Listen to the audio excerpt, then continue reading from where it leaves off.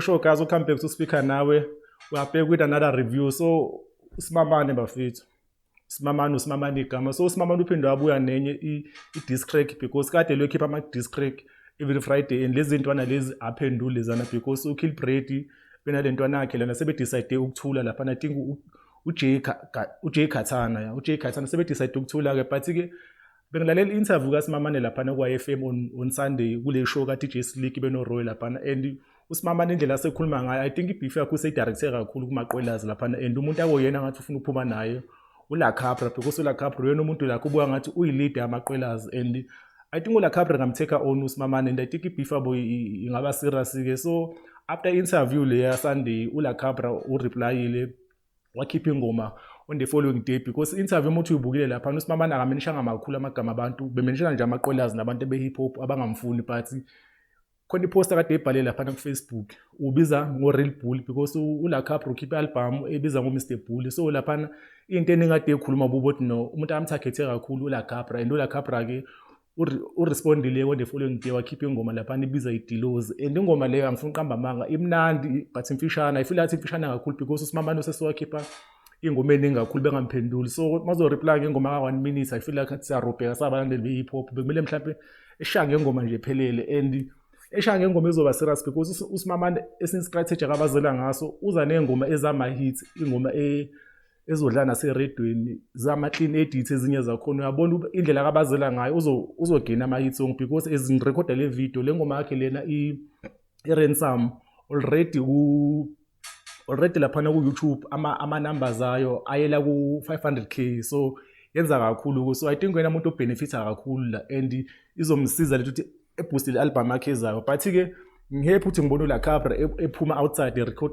releasing ngoma because lezi ntwana lezi kade zilosifuna ismoke uSimamane maseni attention asa release music even no Blacky ke na Blacky ke because yena ababuka ngazi ukuthi uthuleleni ke na because thina sifuna ukubona reply lapha ephendule because ibona abayiqalile ke. So iphumile leyo ngoma on Monday then uSimamane ke ukhipha ingoma ke iphume today iphume ebusuku nami ngibona manje kuseni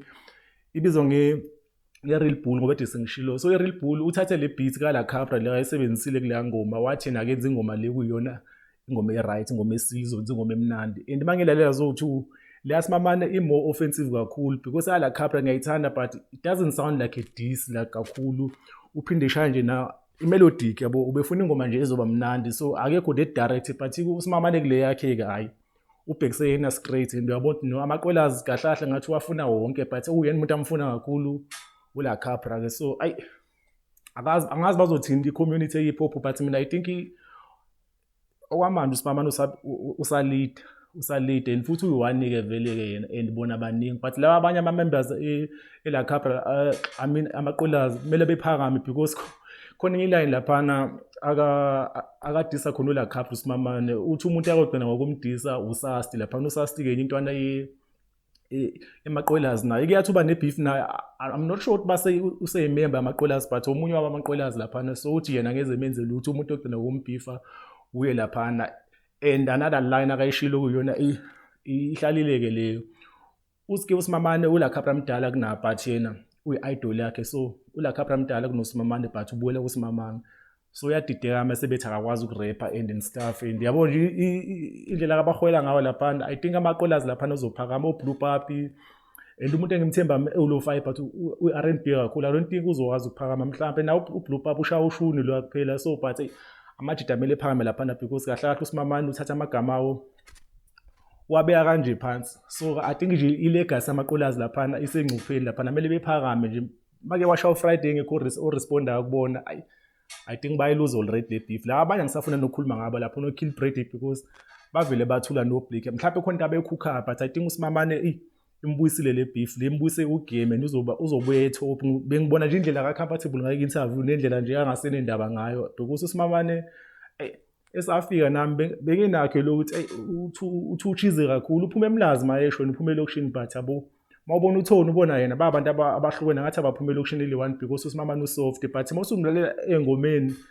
yo ayingeke especially yabona ingoma ephuma eFriday leyo ngiyabona zonke lezi ngoma basakhiphile le phuma eFriday laphana I know le ngoma ehit song leyo beside indaba zebeef leyo ngoma lezo last isikhathi eside. So I think uSimamane uyawina laphana okwamanje but ula Capra uphakamile ngithi into engithanda kakhulu ngola Capra ke when it comes to ama beat selection ugudi ngalendlela ke so mangathiwa ibeef izoba between nina noSimamane like ube 1-on-1 I think lapha soba entertain ngenye indlela because ula Capra ka ama beat kayi wenza show but omanje angifuni uqamba manga uSimamane uhambela yedwa uyawina nje ubahudula bonke lapha so shout out to Slick lapha beno Rowe abenikeza uSimamane i-interview lana because I think iyona mhlawumbe enzela amajide bonke okay lo mjida lo hayi use serious because kade belubamba ama podcast bemdisa but akaze phendule yena so mase badisa ku national radio efana ne5 FM I mean efana ne-YFM ayinge ikhona into ezayo lapha so stay tuned uspeaker nawe sekhona ku Twitter sikhona ku Facebook sibe khona no Instagram sispeaker nawe kana ku TikTok isikhona sispeaker nawe show away we out